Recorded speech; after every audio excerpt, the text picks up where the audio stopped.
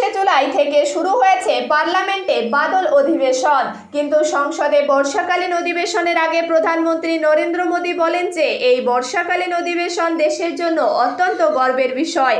সংসদের এই বর্ষাকালীন অধিবেশন বিজয় উৎসবের মতো।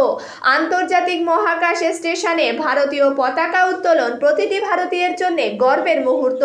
সমস্ত সাংসদ এবং দেশবাসী এক কণ্ঠে এই অর্জনের প্রশংসা করবেন। এটি আমাদের ভবিষ্যতের অভিযানের জন্য অনুপ্রেরণা হবে। অপারেশন সিন্দুরের প্রসঙ্গ টেনে তিনি বলেন যে মাত্র 22 মিনিটের মধ্যেই ভারতীয় সেনাবাহিনী সন্ত্রাসীদের বাড়িঘর মাটিতে মিশিয়ে দিয়েছিল। মেড ইন ইন্ডিয়ার সামরিক শক্তির এই নতুন রূপের প্রতি সমগ্র বিশ্ব আকৃষ্ট হয়েছে। প্রধানমন্ত্রী নরেন্দ্র মোদী আরও বলেন 2014 সালের আগে আমরা বিশ্ব অর্থনীতিতে 10ম স্থানে ছিলাম, আর আজ ভারত বিশ্বের 3য় বৃহত্তম অর্থনীতি হওয়ার দিকে দ্রুত এগিয়ে যাচ্ছে। তিনি বর্ষাকে উদ্ভাবনের এবং নতুন সৃষ্টির প্রতীক বলেছেন। সোমবার বর্ষাকালীন অধিবেশনের প্রথম দিনে 4 বার মুলতবি হয় অধিবেশন এবং শেষে বিকাল 4টের সময় লোকসভা শেষ হয়। কারণ বিরোধীরা পেহেলগাম সন্ত্রাসী হামলা এবং অপারেশন সিন্দুর সহ অন্যান্য আরও কিছু বিষয় নিয়ে আলোচনার দাবিতে বিক্ষোভ অব্যাহত রাখে।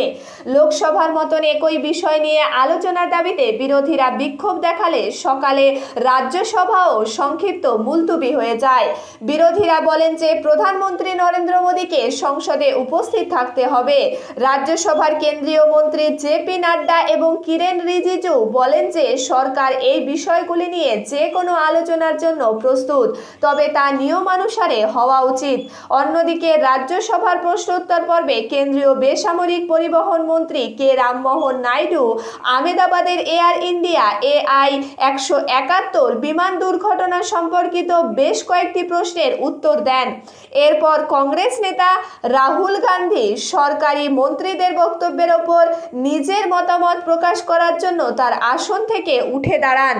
কিন্তু সভাপতিত্বকারী চেয়ারম্যান জগদম্বিকা পাল সংসদে বিশৃঙ্খলার কথা উল্লেখ করে সংসদের অধিবেশন দুপুর 2টো পর্যন্ত মুলতবি করার কথা ঘোষণা করেন।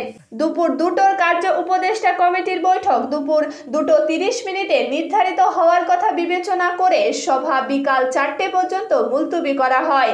কিন্তু বিকাল 4টের সময় সভার কার্যক্রম শুরু হলে বিরোধীদের আক্রমণাত্মক মনোভাবের কারণে সভাপতি দিলীপ সাইকিয়া লোকসভার কার্যক্রম পুরো দিনের জন্য মুলতবি করে দেন।